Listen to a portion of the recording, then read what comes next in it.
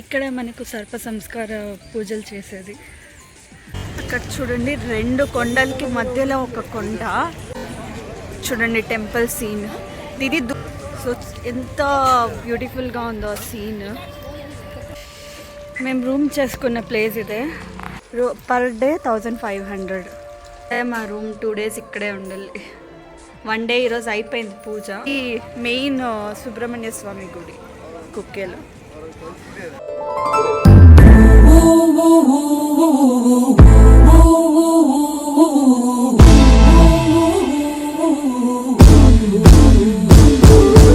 Hello అందరికీ నమస్తే. ఇప్పుడు మన మొబైల్లోకి ఎంటర్ చేసింది మన టెంపుల్ స్ట్రీట్. ఇక్కడ మనకు సర్ప సంస్కార పూజలు చేసేది. డింపుల్ వచ్చిందంటే మనకు ఫన్, ఫ్రస్ట్రేషన్, ఏదో ఒక ఎంటర్టైన్మెంట్, ఇన్ఫర్మేషన్ పక్క. ఇక్కడ రాళ్ళు పెడితే ఇల్లు కట్టిన ఫీలింగ్ వస్తుందంట, కడతాం కూడా అంట. ఇల్లు లేని వాళ్ళు ఇక్కడ వచ్చి రాళ్ళు పెట్టండి. ఈ రోజు నేను మీకు ఒక ఇన్ఫర్మేషన్ అయితే ఇస్తాను. మేము కుక్కే సుబ్రహ్మణ్య స్వామి టెంపుల్ కి అయితే వచ్చేసాం. ఇక్కడ అసలు కుక్కే సుబ్రహ్మణ్య స్వామి టెంపుల్ కి ఎందుకు వస్తాము, నేను చాలా ఇన్ఫర్మేషన్ అయితే చెప్తున్నాను ఈ వ్లాగ్ గురించి. అండ్ ఎందుకు ఈ ప్లేస్ స్పెషల్ అనేది కూడా నేను చెప్తాను. ఇక్కడ చూడండి ఫాగ్ ఎలా ఉంది. ఇప్పుడు మేము నడుచుకొని వెళ్తున్న ప్లేస్ వచ్చి కుక్కే సుబ్రహ్మణ్య స్వామి టెంపుల్ వెనకాల కొద్దిగా నడిస్తే మనకు ఈ టెంపుల్ అయితే వస్తుంది. ఈ టెంపుల్ దేనికి స్పెషల్ అంటే మనకు 2 days సర్ప సంస్కార పూజలు చేయడానికి ఇక్కడ చాలా స్పెషల్. ఎక్కడెక్కడో దేశాల నుండి వచ్చి ఇక్కడ ఆ పూజల్ని చేసుకొని అయితే వెళ్తారు. నాకు తెలిసి మొత్తం ఇండియాలో ఇది ఒక్క ప్లేసే ఉంది. ఇంకొకటి ఏంటంటే అందరూ చెప్పొచ్చు మనకు కాళహస్తి అలాంటి టెంపుల్స్ ఉన్నాయి కదా అంటే, అక్కడ కేవలం రాహుకేతు పూజ మాత్రమే. ఇక్కడ మాత్రమే సర్ప సంస్కార పూజలు అయితే చాలా స్పెషల్ గా చేస్తారు. ఈ ప్లేస్ చూడండి, ఎక్కడ ఊటీ కొడైకెనాల్ లో మధ్యలో ఉన్నట్టు ఉంది మనకు చూసేదానికి. అసలు చాలా బాగుంది ప్లేస్. ఇక్కడ మనం 2 రోజులు పూజ చేసుకుంటాం. ఇక్కడ అందరూ వెయిట్ చేస్తున్నారు. క్లోజ్ చేసి పెట్టేస్తుంటారు 8:30 వరకు. సో 8:30 అవ్వగానే వాళ్ళు ఓపెన్ చేసి పెడతారు డోర్స్ని. అప్పుడు వెళ్ళాలి మనం. ఇక్కడ మెయిన్ రూల్స్ ఏంటంటే, మనం 2 రోజులు ఆ పూజ కోసం కేటాయించి మనం 2 రోజులు ఏ గుళ్ళకు కానీ వెళ్ళకుండా అక్కడే రూమ్స్ తీసుకొని ఉండి ఈ పూజను అయితే చేసుకోవాలి మనము. సో మనం ఈరోజు ఫస్ట్ డే ఆఫ్ పూజలో ఉన్నాము.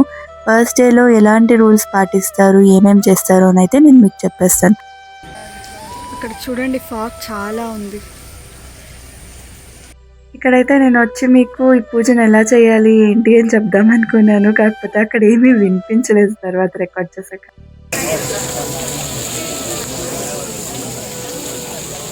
మనకేంటంటే ఫస్ట్ డే మనం 8:30 కల్లా ఇక్కడికి వచ్చేస్తే మనకు 8:30 కల్లా పూజ అయితే స్టార్ట్ అయిపోతుంది. టైమింగ్ పర్ఫెక్ట్ గా మెయింటైన్ చేస్తారు. మనం పూజ చేసే చోట బయటనే మనకు ఒక ట్యాప్ అయితే ఇచ్చారు. ఇక్కడ పద్ధతులు చాలా బాగా ఫాలో అవుతారు.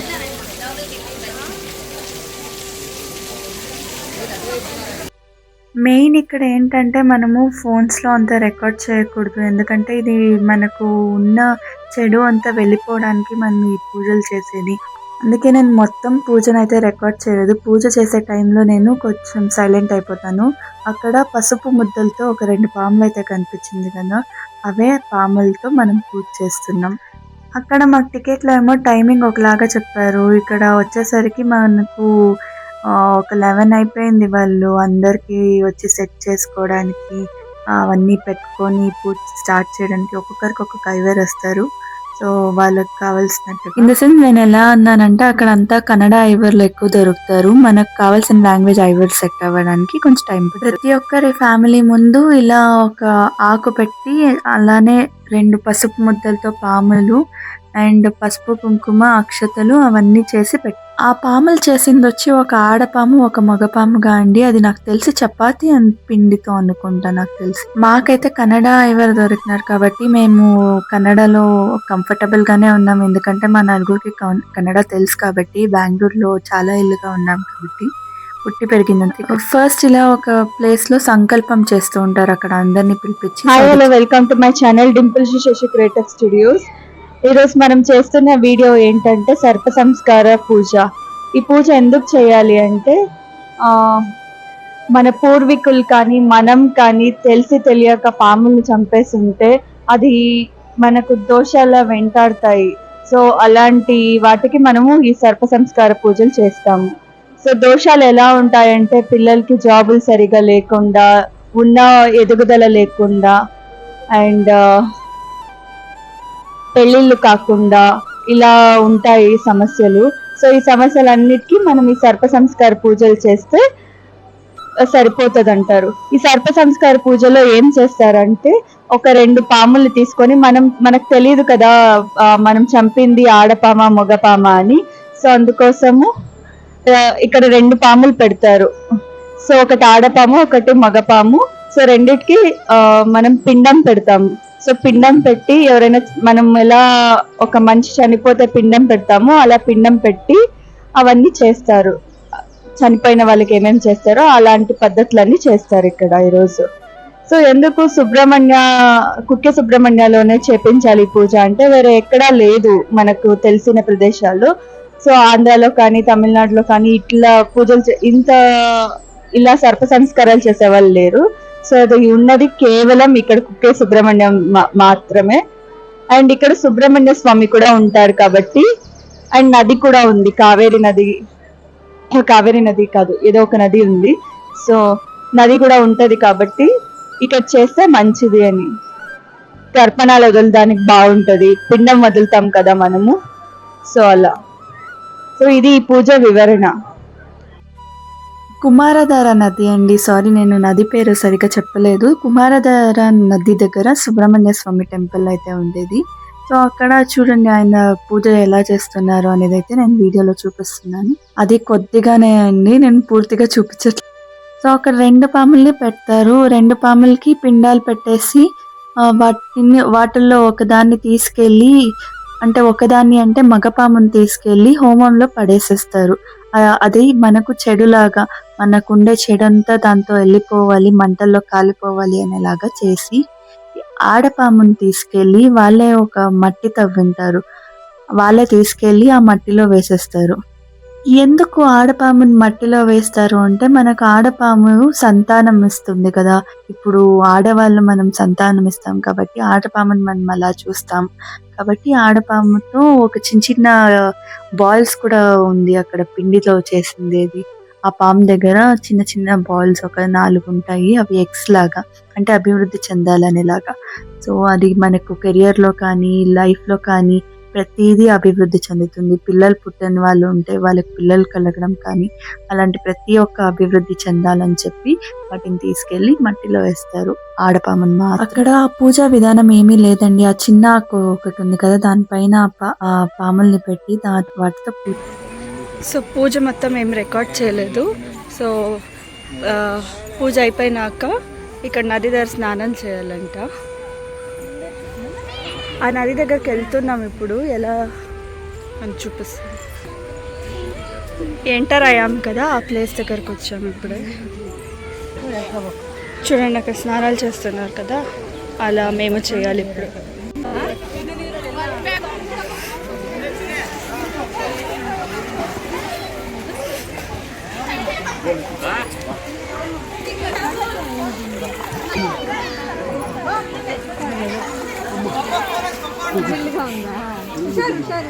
జిల్లుగా ఉందంట.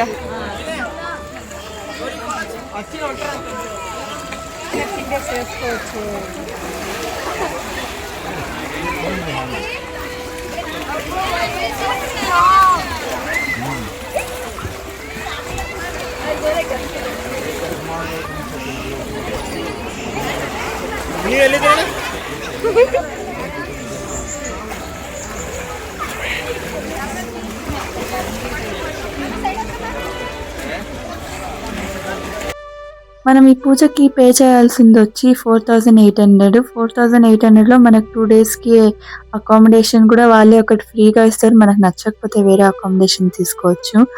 మేమైతే బయట అకామిడేషన్ తీసుకున్నాము. సో అండ్ ఇక్కడ వాళ్ళే ఫుడ్ కూడా పెడతారు మనకు ఫ్రీగా, వాళ్ళు ఇచ్చిందే మనం తినాలి. అండ్ మనం తినే దాంట్లో పూజ చేస్తున్నాం కాబట్టి ఎర్రగడ్డలు తెల్లగడ్డలు తినకూడదు. సో సో అందుకే వాళ్ళే వంట చేసి కూడా మనకి ఇస్తున్నారు. అదే రీజన్ అని నేను అనుకుంటున్నా. వాళ్ళు చెప్తారు కూడా, మనకు పూజ చేసేటప్పుడు కూడా మనకు చెప్తారు, మీరు ఎర్రగడ్డలు తెల్లగడ్డలు అవన్నీ తినకూడదు అని వాళ్ళే చెప్తారు.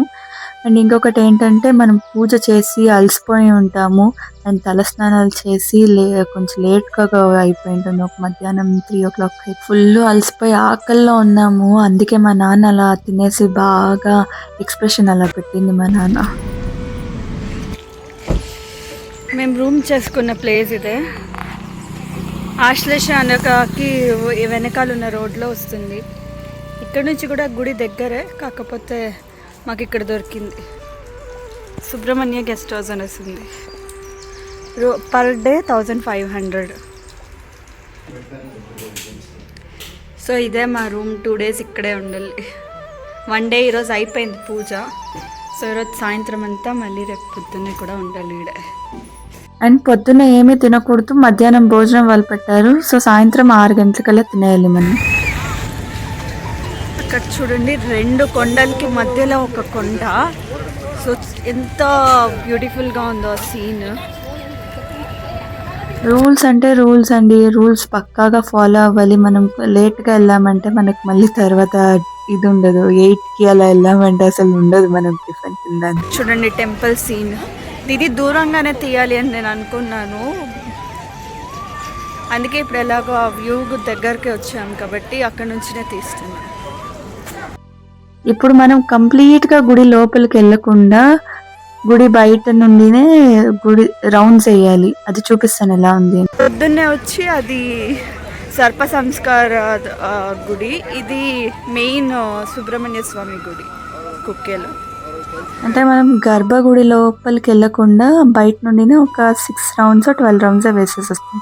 ఇదంతా ఎందుకు అంటే, మనం డైరెక్ట్గా గుడికి వెళ్ళకూడదు. ఎందుకంటే మనము పిండం పెట్టాం కాబట్టి, మన ఇంట్లో ఒకరు చనిపోయారు కాబట్టి, మనం చనిపోయిన పూజలు చేసాం కాబట్టి ఆ రోజు మనం గుడికి వెళ్ళాల్సిన అవసరం లేదు, గుడికి వెళ్ళకూడదు.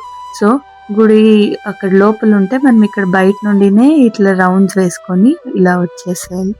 ఇది గుడి రౌండ్స్ వేస్తుంటే మధ్యలో ఇక్కడ ఒక సైడ్ మనకు కుమారధార నది అయితే మనకు గుడి నుంచి ఒక జాగాలో మనకు ఓపెన్ వస్తుంది. ఇలా గుడి లోపల నుండి వెళ్ళొచ్చు నదికి. సో అలా వెళ్ళి చూపిస్తున్నాం. మేము ఎంటర్ అయ్యాం కదా, అక్కడ నుండి నడుచుకొని వెళ్తుంటే సగం దారి వెళ్ళాక మనకి ఇలా నదికి వెళ్ళే దారి అయితే కనిపిస్తుంది. సో నది చూడండి చాలా బాగా పారుతుంది. మేము అలా నడుచుకుంటూ వెళ్ళి చూసేసి మళ్ళీ రివర్స్ అయితే వచ్చేసినాము. ఇప్పుడు రివర్స్లో దారి చూడండి. ఈ రివర్స్లో కంటిన్యూగా రికార్డ్ చేశాను ఇక్కడ నుండి అయితే ఆ దారి ఉంది అని.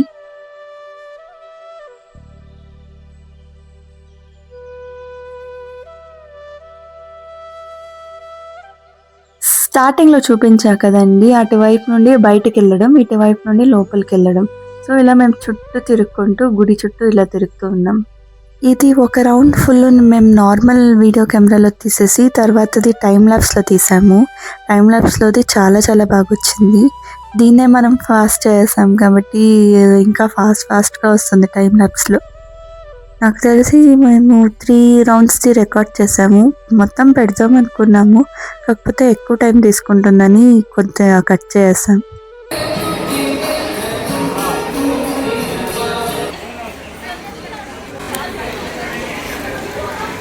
టెంపుల్ నుండి బయటకు వచ్చిన వ్యూ కూడా అలానే ఉంది. చూడండి, ఫుల్ చుట్టూ కొండలే ఉన్నాయి.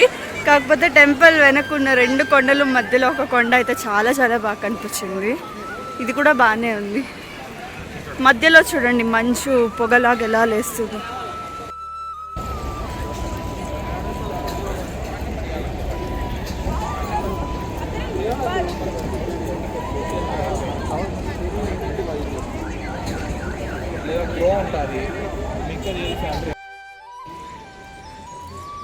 ఇది భోజనశాల బయట వ్యూ, అది అనగా. అండ్ ఇక్కడ సర్ప సంస్కారం చేసే ప్లేస్ ఎదురులోనే ఇక్కడ భోజనశాల ఉంది మనకి.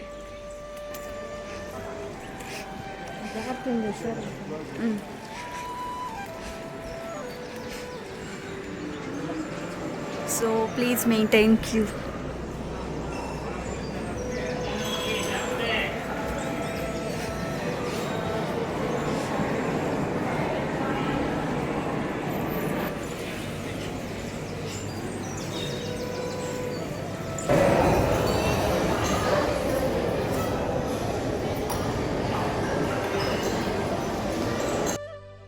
సుబ్రహ్మణ్య టెంపుల్లో మేమైతే రౌండ్స్ వేసేసుకొని డైరెక్ట్గా ఇక్కడ టిఫిన్ తినడానికి అయితే వచ్చేసాము. ఇక్కడికి టైమింగ్ చెప్పా కదా, ఇంత కూడా లేట్ అవ్వకూడదు. సో ఆ టైంకి తినేసి తొందరగా పడుకొని మరుసటి రోజు మనము 5 కల్లా లేవాలి. సో సాయంత్రం టైంకి అయితే ఇక్కడికి వచ్చేయాలి, అక్కడ రౌండ్స్ ఫినిష్ చేసుకొని. సో ఇక్కడ రౌండ్స్ ఫినిష్ చేసుకొని వస్తే మనకు అటుకులు ఉప్మా పెట్టారు టిఫిన్ ఇక్కడ. సో తినేసి పొద్దున్న 5 కల్లా లేసి రావాలి. So meet you in the next vlog.